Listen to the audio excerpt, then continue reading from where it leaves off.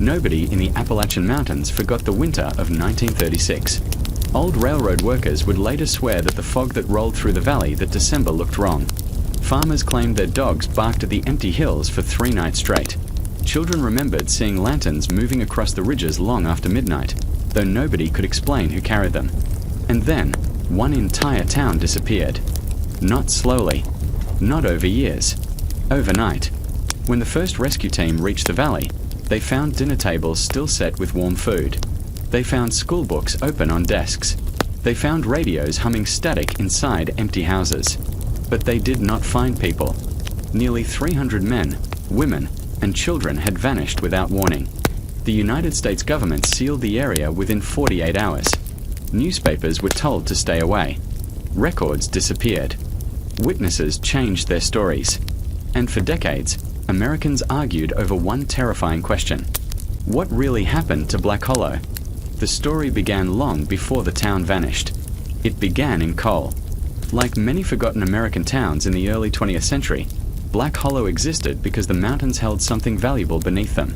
Deep under the dark forests of eastern Kentucky sat thick veins of coal that powered factories, railroads, steel mills, and entire cities across the United States. During the industrial boom of the late 1800s, coal was more valuable than gold to many businessmen. Factories in Pittsburgh burned it day and night. Trains crossing America depended on it. Ships carried it. Homes survived winter because of it. And where coal existed, towns appeared almost overnight. Black Hollow was one of those towns. In 1891, a mining company called the Appalachian Dominion Coal Company purchased thousands of acres of mountain land from struggling farmers who had little idea what sat beneath their property.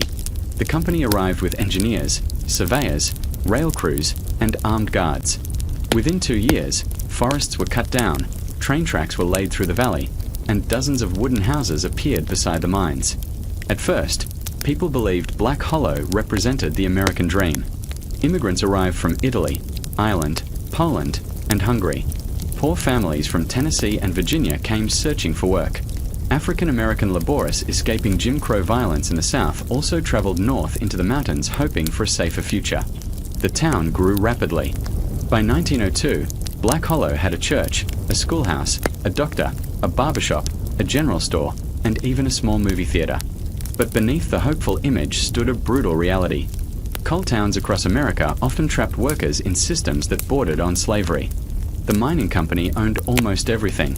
The houses, the stores, the doctor, the land, sometimes even the churches. Workers were frequently paid not with real money but with company scrip, special paper notes usable only inside company-owned stores where prices were intentionally inflated. Families remained permanently in debt. Danger followed miners underground every day.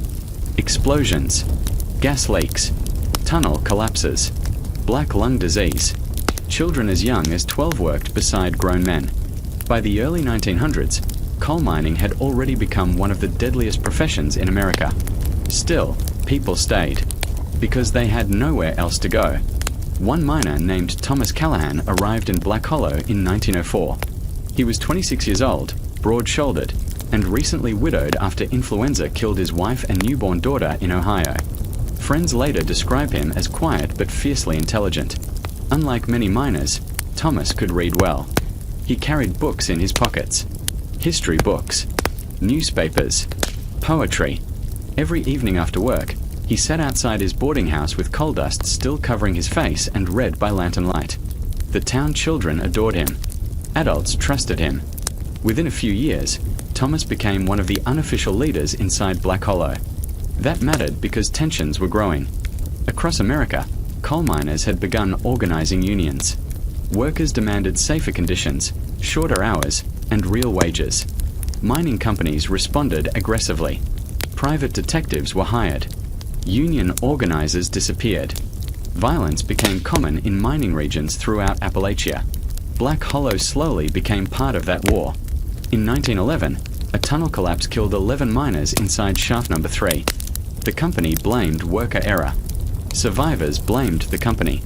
Thomas Callahan attended the funerals. He watched widows cry beside closed wooden coffins. He watched children stare silently at the graves. And something inside him changed. A month later, he secretly invited workers into the basement of the church. That night, nearly 40 miners crowded into the cold room while rain hammered the windows overhead. Thomas stood beside a lantern. His face was still dark with coal dust. "If we keep dying one by one," he told them, "they will replace us one by one." Nobody spoke. "But if we stand together," he continued, "they cannot ignore all of us." The union movement inside Black Hollow began that night. 4 years, the fight intensified. Workers organized strikes. The company imported replacement laboris. Armed guards patrolled roads. Families starved during winter. Several miners were beaten nearly to death. One organizer disappeared entirely. People whispered his body had been buried somewhere inside the mountains. Then America entered World War I. Coal became even more important. Demand exploded. The government pressured mining companies to increase production at all costs. Black Hollow expanded again. By 1918, the town population reached nearly 3,000 people. New rows of houses climbed the hillsides. Smoke covered the valley day and night. Train whistles echoed constantly through the mountains. But beneath the surface, fear spread. Miners had begun reporting strange occurrences underground. Some claimed they heard voices echoing through abandoned shafts. Others described sudden cold winds blowing from sealed tunnels. A few workers refused to enter certain sections of the mines altogether. At first, management dismissed the stories as superstition. Mining communities often created ghost stories because death surrounded them daily. But incidents continued. In November 1919, 2 brothers named Eli and Joseph Mercer entered Tunnel 8 during a routine inspection. They never returned. Search teams later discovered their equipment abandoned nearly 2 miles underground. No bodies were found. Then, 3 weeks later, another miner emerged from the same tunnel screaming uncontrollably. Witnesses said his eyes looked wild. He kept repeating the same sentence. "Something is moving beneath the mountain." The man was later committed to a psychiatric hospital. Most people assumed trauma had destroyed his mind. Still, rumors spread rapidly. Black Hollow became known across nearby counties as a cursed mining town. Children dared each other to approach Tunnel 8 at night. Church attendance increased. Some families quietly left town forever. Yet the mines continued operating. Because money always mattered more. Then came the Great Depression. The stock market crash of 1929 shattered the American economy. Banks failed. Factories closed. Millions lost their jobs. But coal towns suffered especially hard. Demand collapsed. Mining companies cut wages drastically. Hunger spread across Appalachia. Photographers traveling through the mountains documented children without shoes, families living in collapsing cabins, and exhausted miners standing in bread lines. Black Hollow entered its darkest years. The company shut down 2 mines entirely. Men desperate for work fought over shifts. Violence increased. Alcoholism spread. Yet Thomas Callahan remained in town. Now nearly 50 years old, he had become something of a legend among the miners. He still organized meetings, still argued for worker rights, still challenged company officials publicly. By then, younger men looked at him almost like a father. One of those young men was Samuel Boone. Samuel had been born inside Black Hollow in 1912. Unlike older miners who came from elsewhere, Black Hollow was the only world he had ever known. He grew up breathing coal smoke.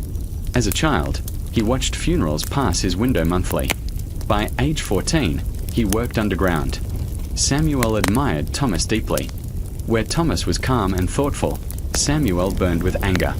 He hated the company openly. He believed the entire town existed as a prison. And in many ways, he was correct. In 1931, Samuel witnessed a deadly explosion inside Shaft 2. 7 men died. The company attempted to reopen the shaft within 3 days. That decision enraged workers. Hundreds gathered outside the mine entrance carrying signs and lanterns. Armed guards appeared.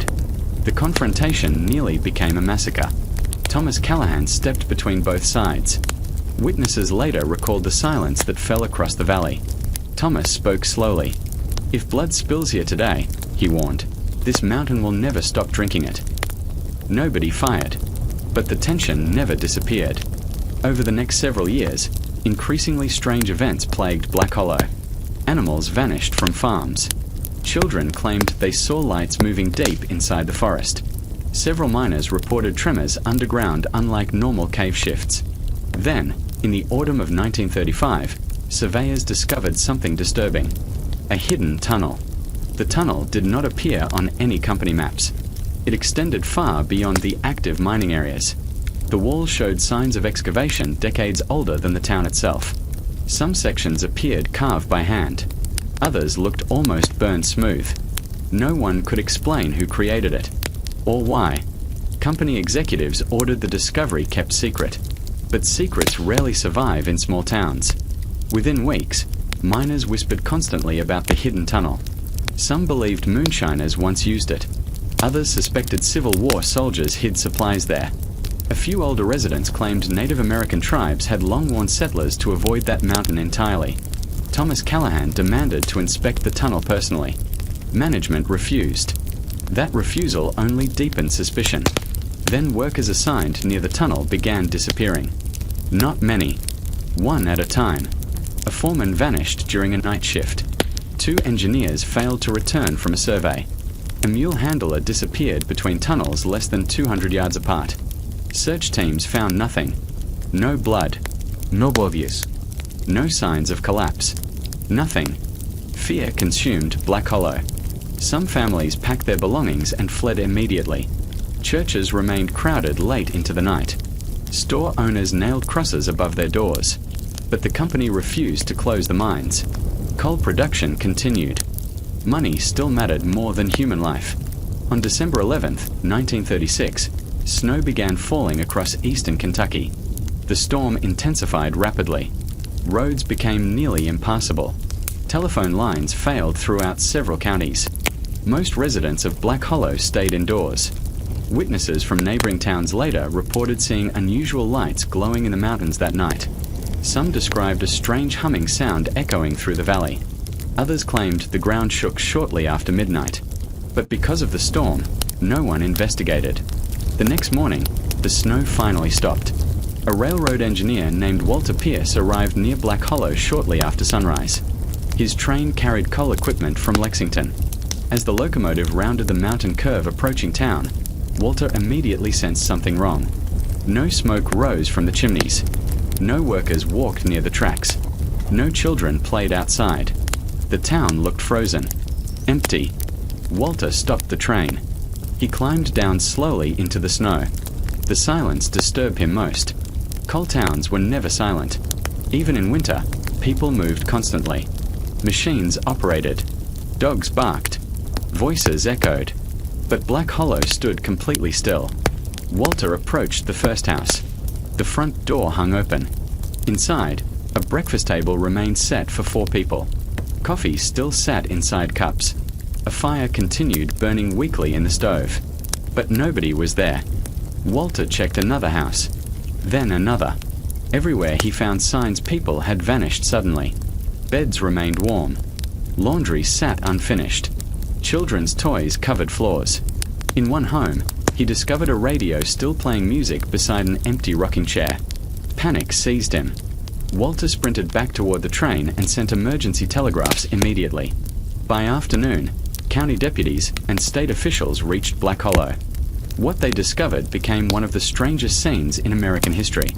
The town was abandoned. Nearly everyone was gone. Search teams counted fewer than 20 remaining residents. Most of the survivors were elderly, bedridden, or trapped by injuries. None could explain what happened. Several survivors appeared mentally broken. One elderly woman kept muttering, "The mountain opened." Another survivor repeatedly screamed whenever anyone mentioned the mines. Authorities searched the surrounding forests for days. Nothing. No large trail of footprints. No wagons. No bodies. It looked as if hundreds of people simply vanished into thin air. Newspapers exploded with speculation. Some blamed a mass kidnapping. Others suspected a mining disaster covered up by the company. Religious groups declared the town cursed. The federal government soon intervened. Officials from Washington arrived quietly. The mines were sealed. Military personnel blocked roads into the valley. Journalists were denied access. And then something even stranger happened. Records began disappearing. Newspaper stories changed. Official reports contradicted each other. Some documents claimed the town population had been far smaller than witnesses remembered. Others insisted residents evacuated because of toxic gas leaks. But locals never accepted those explanations. Too many questions remained unanswered.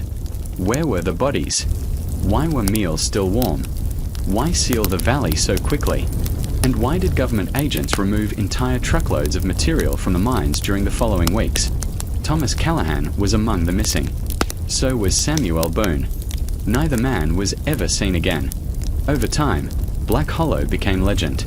Conspiracy theories spread across America for decades. Some claimed the town discovered something hidden beneath the mountain. Others believed the government secretly conducted experiments there. A few insisted supernatural forces caused the disappearances. But one story remained especially persistent. According to several surviving miners interviewed years later, Thomas Callahan had learned the truth shortly before the town vanished. The hidden tunnel beneath Black Hollow did not belong to miners. It belonged to something older. Much older. One retired miner named Harold Whitaker gave an interview in 1962 shortly before his death. The interview was recorded on damaged tape later discovered by his grandson. Harold claimed Thomas had secretly entered the hidden tunnel days before the disappearance. When he returned, Harold said, Thomas looked terrified. He told me the mountain wasn't empty, Harold whispered during the recording. The interviewer asked what Thomas meant. For several seconds, Harold remained silent. Then he answered. He said somebody built rooms down there. Big rooms. Older than America. Older than anything we'd ever seen. The interviewer laughed nervously. What kind of rooms? Harold's voice trembled. Rooms for something that wasn't supposed to wake up. The tape ended abruptly. Historians later dismissed the interview as folklore. Still, interest in Black Hollow never disappeared. Researchers continued investigating throughout the 20th century. Several attempted to enter the abandoned valley. Most found only ruins, collapsed houses, overgrown tracks, rotting foundations. Nature slowly consumed the town. Yet strange stories persisted. Campers reported hearing distant machinery underground. Hunters claimed they saw lights moving beneath the mountains at night. One group of college students vanished briefly in 1978 while exploring the region. When rescuers finally located them 2 days later, all 4 students appeared disoriented. None clearly remembered where they had been. One student later told police he heard voices underground calling his name. In 1989, a historian named Rebecca Turner uncovered forgotten company records in a courthouse basement. The documents revealed something astonishing. Weeks before the disappearance, Appalachian Dominion Coal Company executives exchanged telegrams discussing seismic anomalies beneath Black Hollow. One message included a chilling sentence. Further excavation is no longer recommended under any circumstances. Another referenced federal authorities directly. Rebecca attempted to publish her findings. Shortly afterward, portions of the documents vanished from the archive. She later claimed unidentified men visited her hotel room and warned her to stop researching Black Hollow. Most people assumed she exaggerated the encounter to gain attention. Still, her story reignited national curiosity. Television programs featured the mystery. Podcasts discussed it decades later. Internet forums filled with theories. And always, one detail disturbed people most. No mass graves were ever discovered. No evidence proved the residents died. It was as if an entire town stepped out of history. Today, the remains of Black Hollow still sit deep inside the Appalachian wilderness. Very few roads lead there. Trees cover most of the valley. The old mine entrances collapsed long ago, at least officially, but locals in eastern Kentucky still tell stories. Older residents warn travelers not to wander near the mountains after dark. Some swear the ground occasionally vibrates beneath certain ridges. Others claim faint lights appear during heavy winter fog. And every December, people remember the town that vanished without warning. Because in America, history is filled with forgotten places, forgotten wars, forgotten disasters, forgotten people. But Black Hollow remains different. Not because the town disappeared, because no one ever proved what took it. And somewhere beneath those silent mountains, hidden under layers of stone and abandoned tunnels, many believe the truth still waits. waiting in darkness, waiting to be found, or perhaps waiting to wake again.